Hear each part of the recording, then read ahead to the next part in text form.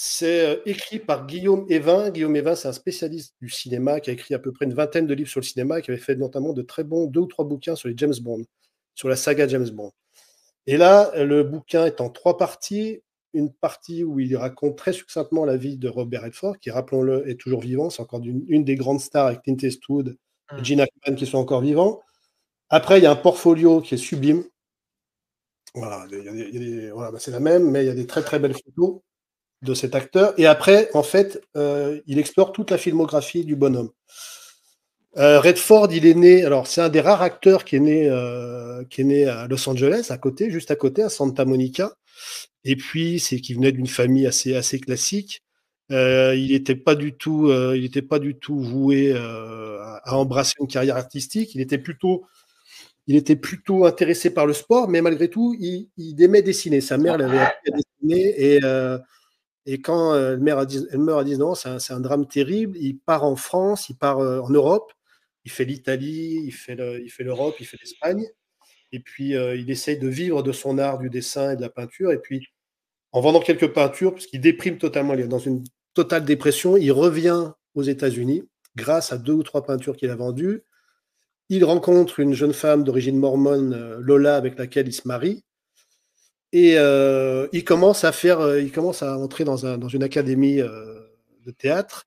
Et il va jouer dans des petits rôles dans des séries comme La Quatrième Dimension, comme Alfred Hitchcock présente, comme Perry Mason. Ses premiers rôles, c'est La Tête à l'envers avec Jane Fonda.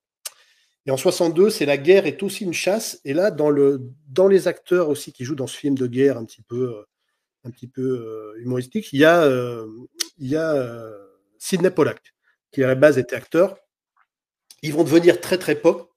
Et alors, je ne sais pas si on peut dire ça d'un homme, mais oui, Robert Redford va devenir l'égérie de Sidney Pollack parce qu'ils vont tourner ensemble 7 ou 8 films, même si le dernier c'est Havana et que sur les derniers temps, ils vont un peu se brouiller parce que peut-être, comme un vieux couple, il y a peut-être ils se connaissent trop et ils se permettent de se dire certaines choses et ça va créer une brouille, comme l'avait été la brouille entre Kevin Reynolds et Kevin Costner qui se sont retrouvés aussi.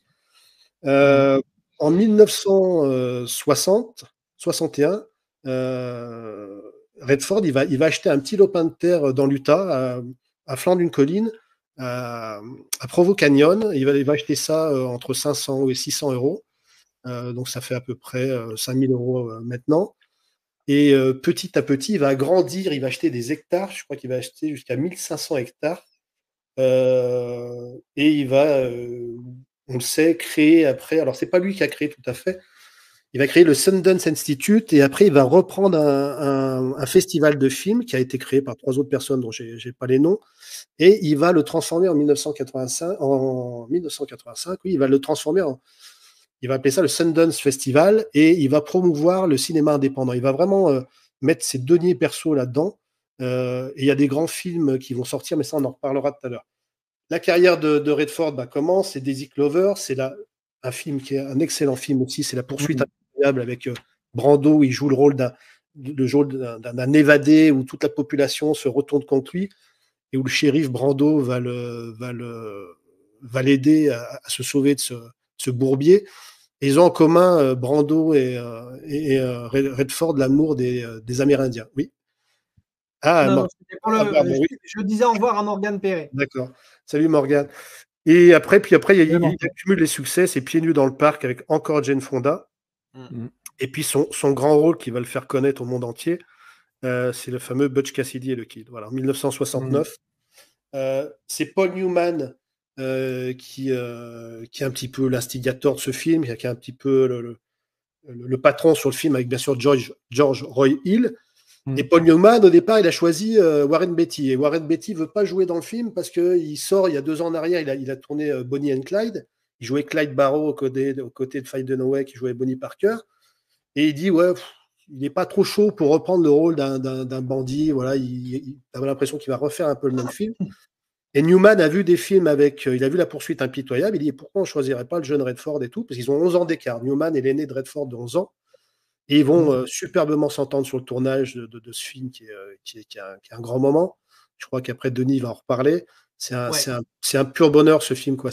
Alors déjà, moi, je suis un grand fan de western, mais Mais Stéphane, le film Butch Cassidy et le Kid a failli se faire avec Steve McQueen. Aussi, aussi. Et Et Steve d'ailleurs, McQueen et Newman devaient jouer le rôle du Kid. ouais, et d'ailleurs, ça devait être l'inverse, ça devait être Sundance Kid and Butch Ouais. Cassidy. Et après, En effectivement, fait, comme en Newman est fait, devenu l'affiche, voilà, ça ne s'est pas fait parce que chacun voulait être en premier. Non, mais c'est terrible, hein. Ce problème d'ego, c'est que Newman voulait être en premier sur l'affiche, enfin sur l'affiche au moment du générique, et Steve McQueen aussi. Donc ils se sont bagarrés pour ça. Du coup, voilà, Steve McQueen a décidé d'arrêter parce que voilà, mais c'était complètement ridicule. Mais ouais, et je crois qu'il y a eu le même problème, je crois que c'est revenu des années après, en 74-75, pour la Tour infernale de pour la Guillermin, Tour infernale, où il y a eu absolument. et il n'y a pas eu une très très bonne entente entre Newman qui jouait l'architecte Ouais. et McQueen qui jouait le pompier en Voilà. chef, là. Ils sont pas Mais très bien entendus, les deux. Jack Lemmon devait aussi jouer dans le rôle du Kid. Ah Il avait d'accord, pensé à Jack Lemmon. ça je savais pas. Donc ça Voilà. c'est pareil, si vous n'avez pas Brando vu ce également. film, merveilleux film, 1969, avec des scènes cultes, avec la magnifique aussi, très très belle, très séductrice Catherine Ross. Mm. Et puis après, voilà, la carrière de Redford est lancée. En 1969, il produit son premier film, La Descente infernale, où il joue le rôle d'un skieur. C'est drôle, entre guillemets, il se casse la gueule en motoneige sur le tournage. Et comme c'est lui qui produit, bah, il n'a pas trop le choix. Le tournage va être un tout petit peu reculé, mais il va quand même être obligé de. Il sera doublé sur certaines scènes, mais c'est un très bon skieur. Il va quand même être obligé de skier un peu avec un genou qui est complètement broyé. Et puis après, il enchaîne un peu les films politiques, les films d'espionnage. Alors notamment, c'est Voter McKay, c'est le très très bon Les Trois Jours du Mm. Condor. Et un autre film que j'adore, c'est Les Hommes du Président. Donc sur Mm. l'affaire du Watergate, sur deux Ouais, journalistes du Excellent. Washington Post qui vont découvrir, grâce à un indicateur qui se fait Conspiration. appeler Gorge Profonde, pardon. Pas Georges Profonde, ça c'est autre chose. C'est un film érotique sur Georges Marchais. Et le truc, c'est qu'en fait, Redford dit, j'ai voulu faire un film sur deux journalistes qui croient encore à vouloir divulguer la vérité. Parce que Redford, malgré que ce soit donc c'est un démocrate, Redford, hein, et il voit quand même son pays dans les années 70 partir en cacahuète. Et il est pas de ceux qui vont dire voilà, tout va bien, les États-Unis c'est fantastique, c'est un pays merveilleux. Il commence à pointer du doigt les aberrations qu'on peut trouver dans le système américain. C'est un des premiers. Malgré tout, il aura toujours une cote d'amour du public qui va le suivre, et il sera toujours estimé. Donc il navigue entre deux eaux, il pointe du doigt, mais il reste quand même aimé par le public. Euh, sur l'affaire du Watergate, c'est Mia Farrow qui raconte, parce qu'en fait, juste avant, elle tourne avec lui Gatsby le Magnifique. Mia Farrow, en fait, le film est mal accueilli et tout le monde dit, en fait, il n'y a pas d'alchimie entre Mia Farrow et Robert Redford dans Gatsby le Magnifique. Et Mia Farrow expliquera ça des années plus tard en disant, ouais, il n'y a pas eu d'alchimie parce que, il dit, généralement, dans un film comme ça, où il y a un couple qui se crée, qui s'aime à la folie, on essaye de tisser, même s'il n'y a pas d'histoire d'amour, on essaie de tisser des liens hors plateau. Il a dit le problème de Redford, c'est qu'il était constamment dans sa caravane à suivre l'affaire du Watergate, parce que c'était en pleine affaire du Watergate, et il sortait pas de sa caravane. Il restait bloqué sur cette affaire-là. Et puis en 73, c'est l'arnaque, nouveau film de George Roy Hill. Cette fois, c'est Redford qui est contacté le premier. C'est Redford qui est un peu la tête d'affiche du film, et c'est lui qui va dire à George Roy Hill, qui va rendre l'ascenseur à Newman en disant il faut prendre Paul Newman sur le film pour jouer mon binôme sur le film. Et voilà. Ça aussi, c'est un film, moi, qui m'avait énormément marqué, énormément plu. Je trouve qu'il y a une mécanique dans ce film qui est exceptionnelle. Il y a Robert Shaw aussi, qui est un grand acteur qui joue le vilain avec cette scène, je ne sais pas si vous vous souvenez, cette scène du poker dans le train, Ouais. qui est une grande, grande scène aussi. Et tout est fait, enfin, ce film, tout est, voilà, aussi un must. 72 aussi, c'est pour moi son plus grand film, c'est Jeremiah Johnson, qui est une sorte de western humaniste, mais enfin, c'est même pas un western, c'est une fable écologiste. Et je trouve que c'est un grand film. Il y a pareil la scène de la cabane. Enfin, un gars qui arrive au pays des Indiens et dans l'Ouest sauvage et qui arrive à survivre aussi et à s'acclimater à la dure Loi de la nature. pénibilité du truc. C'est un grand, grand, grand film. Redford, il est tombé amoureux de la nature en visitant petit le parc Yosemite. Il avait trouvé ça exceptionnel et après, donc, en rachetant ce fameux lopin de terre dans l'Utah. Et puis les années 80, alors même si il commence les années 80 tambour battant en réalisant un film qui s'appelle Les gens ordinaires, où il a l'Oscar du meilleur film et l'Oscar du meilleur acteur pour un premier film, c'est quand même extraordinaire. Il y a Brubaker aussi, qui est un très bon film. Il y a Out of Africa et puis le meilleur, moi qui était dans mes 10 meilleurs films aussi quand j'étais jeune. Les années 80, voilà, il commence un petit peu, pas à perdre en notoriété, mais voilà, les films sont un petit peu, il y a quelques films qui sont un petit peu moins bons. Début des années 90, c'est le fameux Proposition indécente. Je me souviens avoir vu ce film avec des copains et des copines, et après on est allé dans un bar, on adorait aller dans un bar après un bon film, et on s'était tous posé la question, est-ce que pour 1 million d'euros, les filles coucheraient avec Redford? Et on avait, je ne sais pas si vous aviez fait ça, mais on avait entamé un débat là-dessus.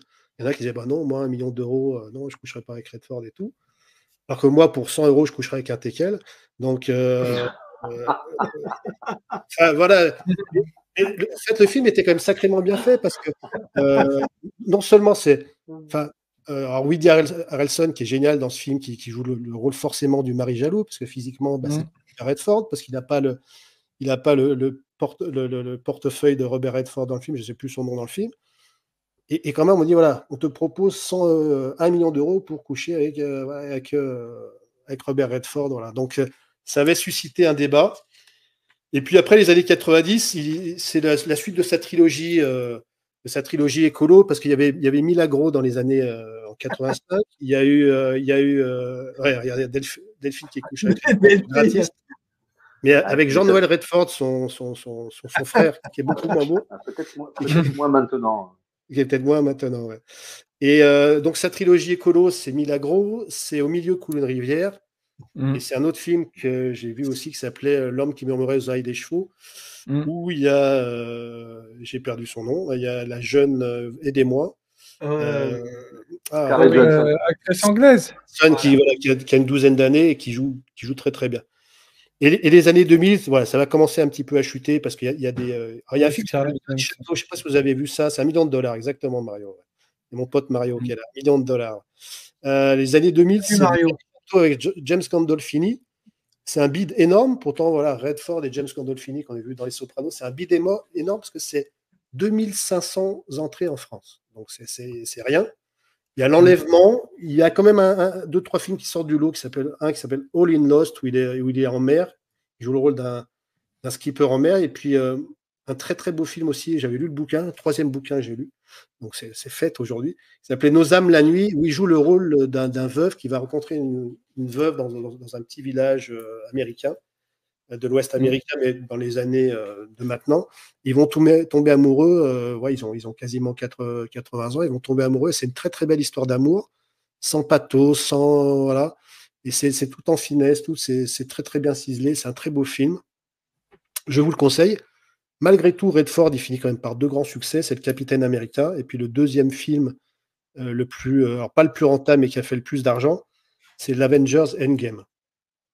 Alors moi, vous savez que je ne suis pas du tout fan des Marvel. Des Marvel, mais voilà, il a quand même pas le culot, mais d'accepter, parce que c'est quand même assez loin de son univers, d'accepter les rôles. C'est certainement financier, c'est peut-être aussi par rapport à ses petits-enfants, et c'est ce qu'il se disait aussi, par rapport à ses petits-enfants, de le voir jouer dans un blockbuster. Et en fait, voilà, le dernier rôle, donc, ce qu'il a fait, c'est Avengers Endgame. Et Redford, il se définit, moi j'aime beaucoup la définition, alors j'ai lu une interview de lui récemment qui disait, et tout est dit en fait, il dit « Je suis attiré par les extrêmes, par le primitif et par la sophistication ». C'est-à-dire que par exemple, il y a une anecdote, à ses enfants, il leur avait dit d'aller se perdre 24 heures dans la campagne avoisinante de sa maison dans l'Utah, d'emmener un minimum de nourriture, un minimum d'eau et de survivre comme ça, enfin survivre entre guillemets, parce qu'il était quand même pas loin. 24 heures en se débrouillant, en campant, machin. Et il avait pris ça il avait calé ça sur un rite initiatique indien. Et la sophistication, c'est tout le système politique, l'espionnage, parce que c'est un très très grand amateur de politique. Et bien sûr, un écolo reconnu et respecté. Et un écolo, je trouve, qui est light, parce que c'est un gars qui va infuser son écologie comme on infuse un sachet de thé. C'est-à-dire que c'est pas quelqu'un qui va faire ça comme un bourrin. Si vous vous souvenez d'au milieu, au milieu coule une rivière et de l'homme qui meurt aux oreilles des chevaux, c'est tout par petites touches, quoi. Il n'y a pas un gros message à l'américaine et c'est très très bien accepté. Et pour revenir sur le festival de Sundance, donc qu'il a repris en 1985, donc Sundance par rapport bien sûr à Sundance Kid, parce que la ville lui appartenait quasiment, parce qu'il est en train, petit à petit, il est en train de revendre ses parts. Donc je disais 1500 hectares, et la ville, et il en a fait une station de ski, et le festival de Sundance, c'est comme un festival qui a révélé, qui a mis en avant des films comme White Plash, comme 100% des frères Cohen, comme Les Bêtes du Sud sauvage, dont avait parlé dans un précédent live Alex, comme Memento de Nolan, comme Little Miss Sunshine, Sugarman, le super documentaire, Pour Lola Cour, on en parlait tout à l'heure, Sexe, mensonge et vidéo. Enfin voilà, c'est un film c'est un festival qui, grâce à la participation aussi financière, parce qu'il y a laissé vraiment des ronds. Hein. Après, c'est quelqu'un qui est très riche, mais il s'est pas enrichi sur le festival de Sundance, bien au contraire. Donc voilà, c'est un grand, grand monsieur. C'est un des derniers grands monsieur qui nous reste. Comme je disais, avec Clint Eastwood, avec Hackman, ce genre de personnes, qui ne sera pas éternel. Et il faut le redécouvrir parce qu'il y a beaucoup notamment toute la période 70 dont on parlait tout à l'heure, tous les 3 jours du Condor, l'arnaque, même Gatsby magnifique qui a pas été qui a été éreinté par la critique. Je trouve que c'est un très beau film aussi, quoi. Et c'est un gars, et je pense que c'est un gars qui est bien, et il faut le voir aussi en interview. Et j'aime beaucoup parce on peut voir sur YouTube lors d'un documentaire, en fait, il se présente, je ne sais pas si c'est au congrès, machin, et se présente, il dit, je viens parler d'écologie, je suis Robert Redford, acteur et tout. Donc le gars se présente comme s'il était le dernier Kidam, voilà, qu'on connaissait pas, quoi. Donc très très grand acteur et aussi un très bon réalisateur. Même si ses derniers films en tant que réalisateur n'ont pas eu. Notamment, il a fait un film sur l'enquête sur l'assassinat d'Abraham Lincoln, qui a fait un flop aussi, malheureusement. Oui, la conspiration, Oui, Alex. Ce que tu as dit tout à l'heure sur le fait que il était sur le déclin, mais que c'était un des derniers grands qui nous restait et tout, ça m'a fait penser à une citation du film Babylone, que j'ai adoré d'ailleurs. Je l'ai vu il y a pas très très longtemps, moi je l'ai vu un peu tard, et qui disait, donc c'est cette nana qui dit à Brad Pitt, au personnage joué par Brad Pitt, tu as été une idole, en gros, tu as été une gloire, tu as été au sommet, et tu vas être immortel, tu es immortel maintenant, tu vivras pour toujours. Robert Redford, il fait partie de c'est parce qu'il y a des acteurs qu'on va forcément oublier, absolument. Il y a des acteurs qui vont passer un petit peu. Robert Redford va rester dans l'éternité comme un des plus grands de tous les temps, avec les Brando, avec exactement. En plus, c'est pas un acteur qui fait des performances d'acteur à la De Niro, à la Pacino, ce genre de personne. C'est un autre registre, c'est un petit peu à l'image de sa vie, c'est tout en petites nuances. C'est quand même un acteur qui a commencé dans tout début 59 ou 60, donc le gars a plus de 60 années de carrière, quoi, au sommet. Alors forcément, comme dit Alex, à la fin, c'est peut-être pas le déclin, mais forcément, c'est plus des seconds rôles ou des rôles moins intéressants. Il a plus le premier rôle.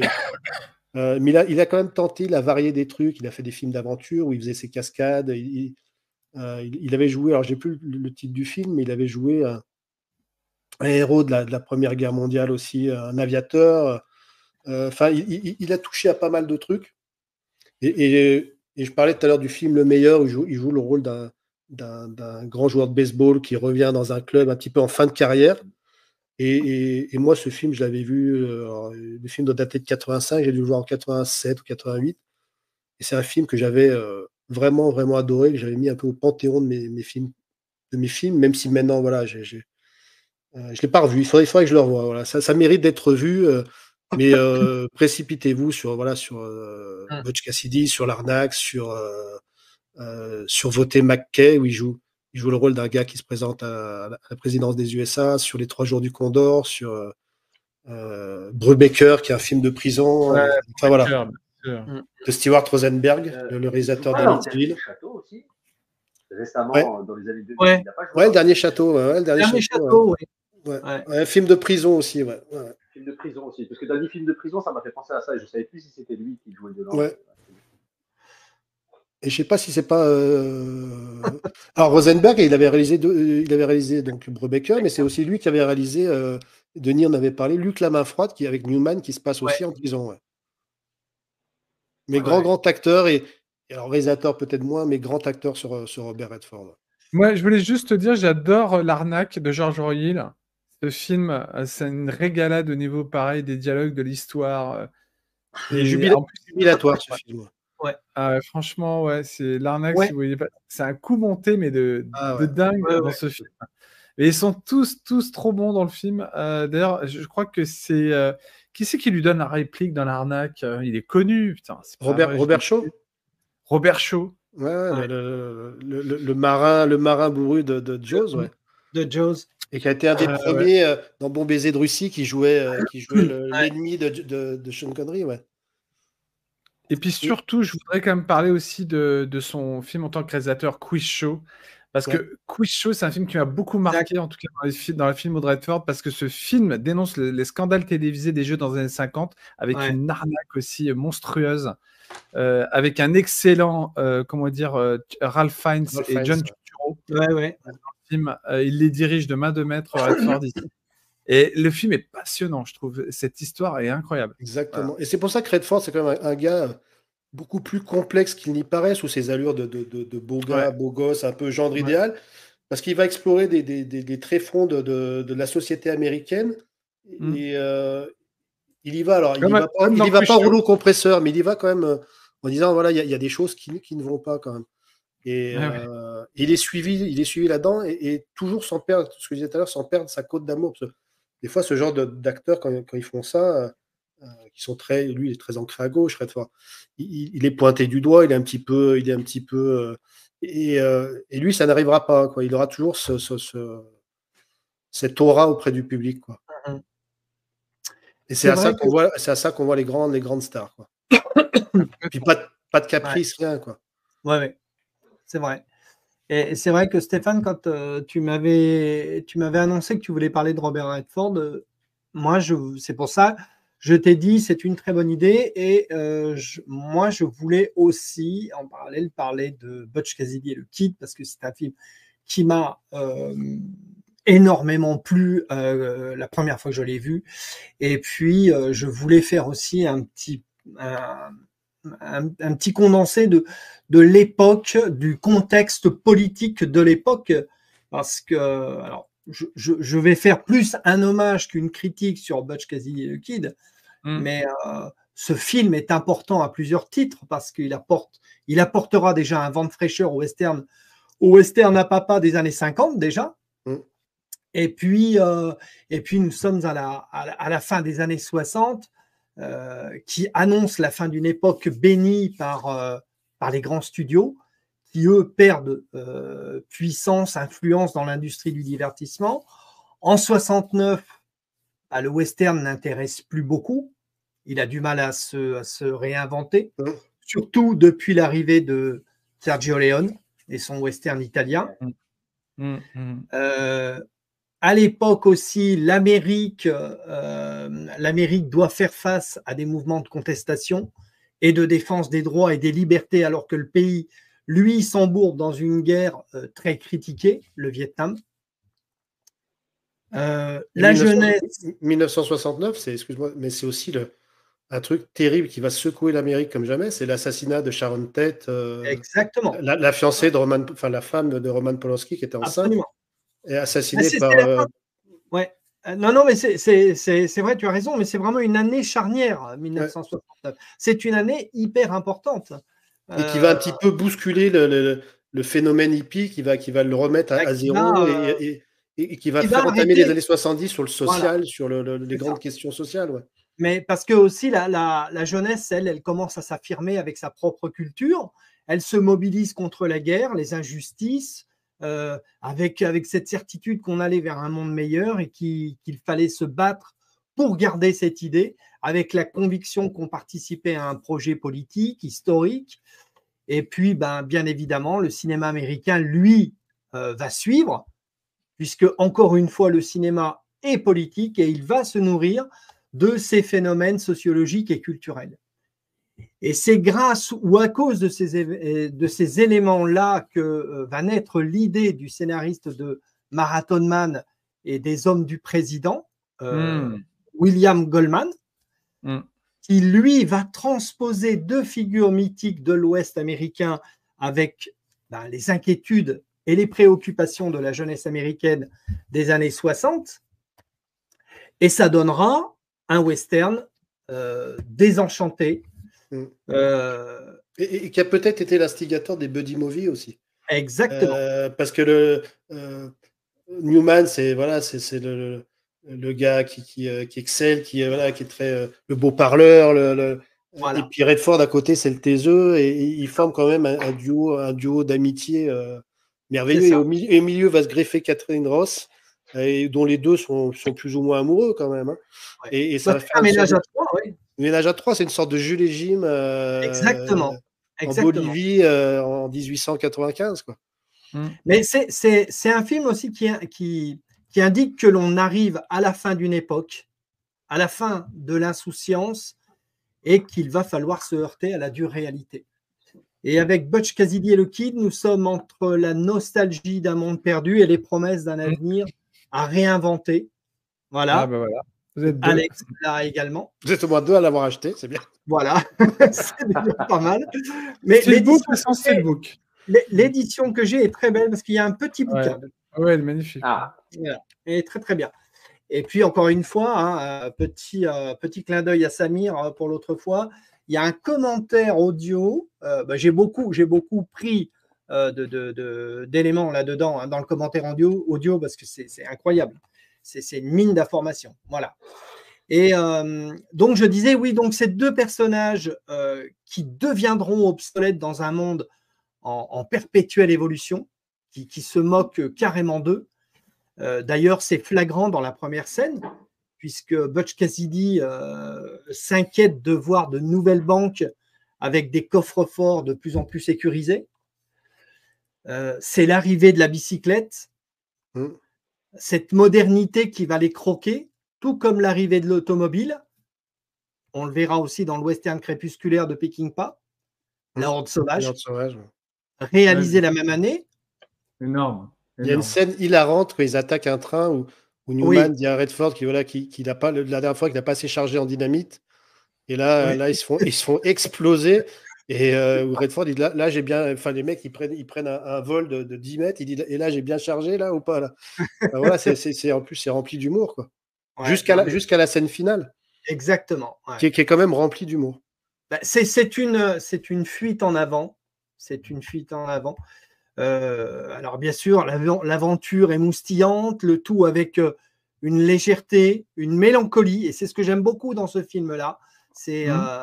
C'est teinté vraiment de nostalgie, de mélancolie, et on le ressent tout le long du film, entre braquages décalés, cette poursuite acharnée jusqu'en Bolivie, et puis les héros sont beaux, flamboyants, drôles, insouciants, sans attache, constamment en mouvement, liés par une amitié indéfectible.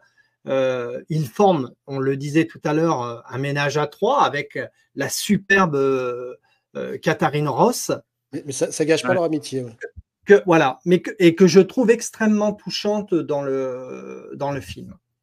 Et puis évidemment, les compositions de Burt Bacharach, qui donnent de beaux intermèdes musicaux, comme cette superbe scène en bicyclette.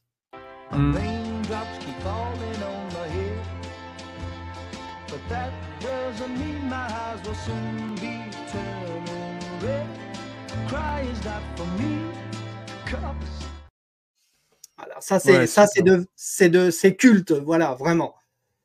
Et jusqu'à que Sacha Distel la pourrisse. Mais c'est ça. Exactement.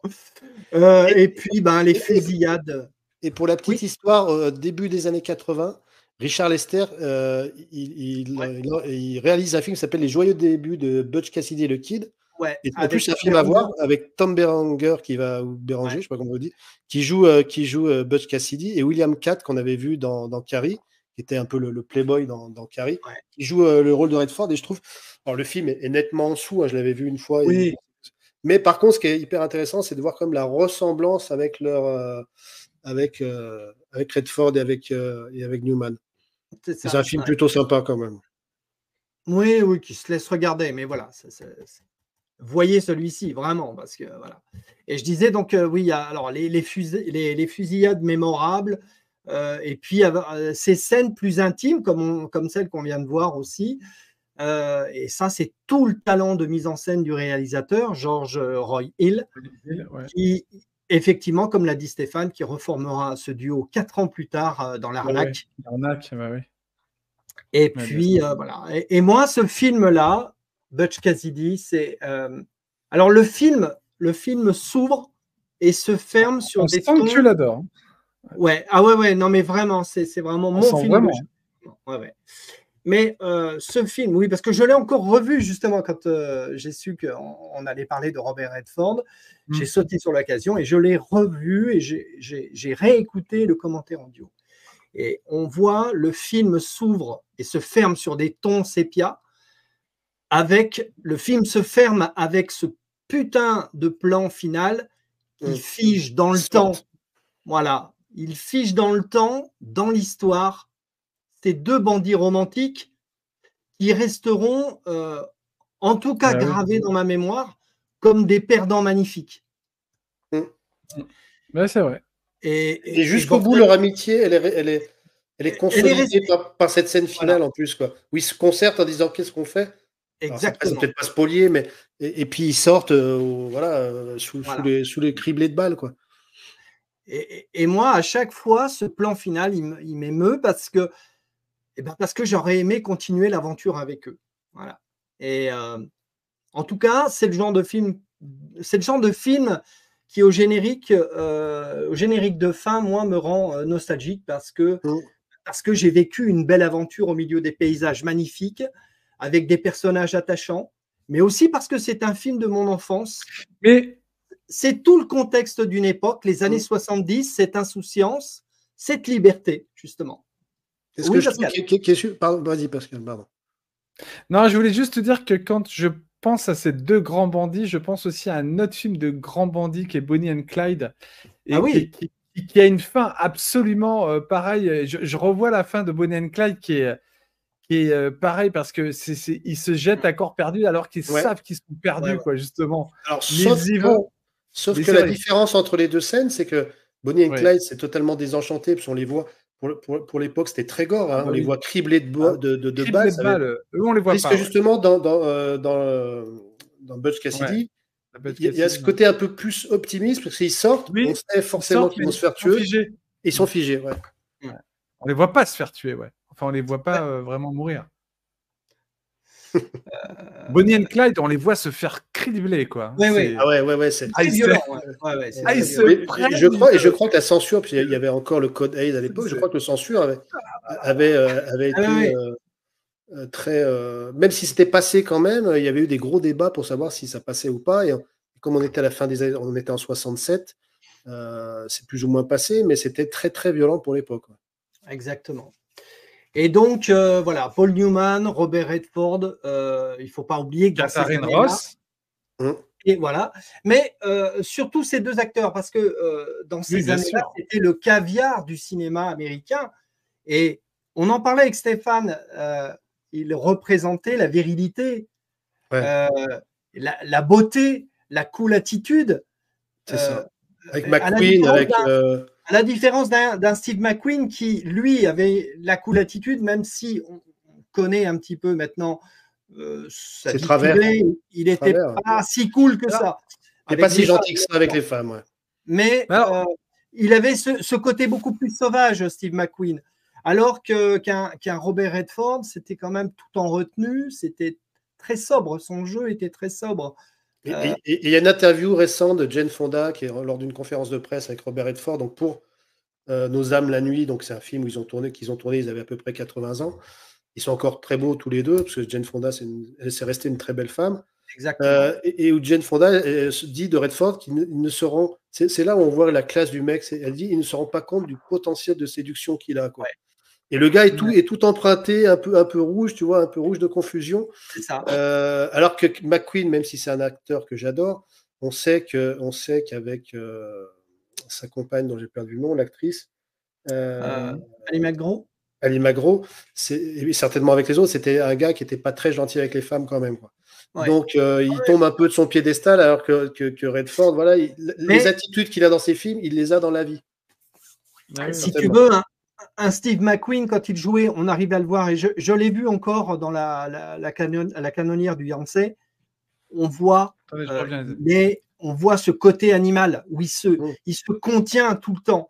Et c'est ce qui fait aussi, c'est ce qui a fait aussi la force de son jeu d'acteur, Steve McQueen. Mais voilà. Et donc je disais que voilà, Stéphane, c'est très bien que tu en parles ce soir de ces acteurs-là, parce que les jeunes générations finissent par oublier ces grands acteurs. Robert Redford ne fera peut-être plus que des apparitions dans les films, et encore, je suis pas sûr. Il ne tourne quasiment plus. La jeune génération l'a peut-être vu que dans Avengers et dans Captain America, voilà. et n'ont pas les références en disant ouais, ce gars, là, le méchant, machin, l'agent double. Là. Et en fait, nous, quand on connaît la carrière qu'il a, c'est presque dommage parce que ça, il demande à être visité, et je pense que des jeunes, sincèrement, je pense que les jeunes peuvent voir un Butch Cassidy, peuvent voir un Larnac et seront intéressés par le film quand même parce que les sujets restent contemporains quand même. Exactement. Et mais c'est comme un Clint Eastwood qui, le jour où il partira, ce sera une immense perte pour plusieurs générations. Et ce sera même pour nous toute une partie de notre vie qui s'éteindra avec ces acteurs. Donc, on a grandi avec. J'ai toujours dit quand Clint Eastwood meurt, je pose 2 jours au boulot, je suis en deuil. Les gars, je ne vais pas bosser par contre. Là, je peux pas. Oui, ça va être terrible. Oui, c'est vrai.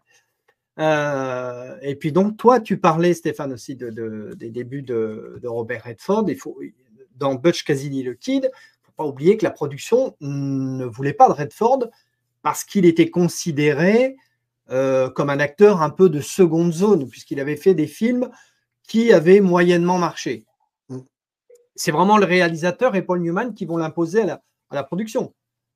Et d'ailleurs, c'est avec Butch Cassidy que Redford va exploser vraiment et qui va devenir bankable. C'est vraiment avec ce film-là. Et il s'en souviendra parce qu'il appellera son festival. Déjà, l'Institut, il va aider certains films. Il appellera le Sundance Institute et le Sundance Festival après. Donc, il s'en souviendra. Ça restera, même si Jeremiah Johnson reste son rôle préféré, ça restera un des grands films de sa carrière. Voilà. Parce que c'est le rôle qui l'a fait exploser et vraiment, et qu'il est devenu ce grand acteur qu'il est aujourd'hui. Et pour terminer, moi j'avoue que voilà, je préfère le rôle de Redford qui a justement un jeu d'acteur plus complexe comparé à celui de Newman, qui je trouve sur certaines scènes surjoue un peu, ce qui ne gâche rien la qualité du film. Mais Redford, c'est vraiment ce qui sera sa marque de fabrique. Un jeu tout en retenue, qui moi me plaît beaucoup. Un acteur qui est à l'écran comme dans la vie, tout en sobriété. Voilà. Et donc, oui, donc 1969, c'est vraiment l'année de toutes les mutations, une année charnière qui sera vraiment le point de bascule du nouvel Hollywood, avec de jeunes réalisateurs qui, pour la plupart, engagés dans des luttes pour la liberté des droits, ce qui donnera également un cinéma en colère, et c'est ce qui donnera des massacres à la tronçonneuse, Les Visiteurs d'Elia Kazan et La Dernière Maison sur la gauche. Voilà. Elia Kazan, quel réalisateur aussi. Qu'est-ce que j'adore. Oui. Il y a cette scène terrible je ne sais plus quelle année dans les Oscars, où Elia Kazan est amené à recevoir un Oscar d'honneur. Et il y a pas mal d'acteurs de gauche, dont Ed Harris et je ne sais plus, Nick Nolte, je crois, qui, en fait, tout le monde lui fait une standing ovation. Il y a plein d'acteurs qui se rassoient et qui se détournent parce qu'effectivement, Elia Kazan est soupçonné, enfin, en tout cas, a été soupçonné d'avoir balancé des noms pendant la liste noire, voilà, d'avoir balancé des noms d'acteurs et de réalisateurs qui étaient communistes. Et c'était très mal perçu. Et revoyez ça, c'est sur YouTube. Et vous voyez les gars qui se rassoient. Il y a aussi des femmes, je ne sais plus qui. Moi, ça m'intéresse. Jessica Lange. Je sais qu'il y a Ed Harris, je sais qu'il y a Nick Nolte, qui se rassoient. Comment il s'appelle? Faut taper César, Oscar, Elia Kazan, machin, et on retombe dessus. Et c'est une scène que je trouve qui est terrible parce que même des années après, ça n'a pas été oublié. Alors, qui a tort, qui a raison, ça c'est autre chose. Mais par contre, voilà, on sent le clivage dans le cinéma. C'est particulier cette scène, enfin ce document. Ouais.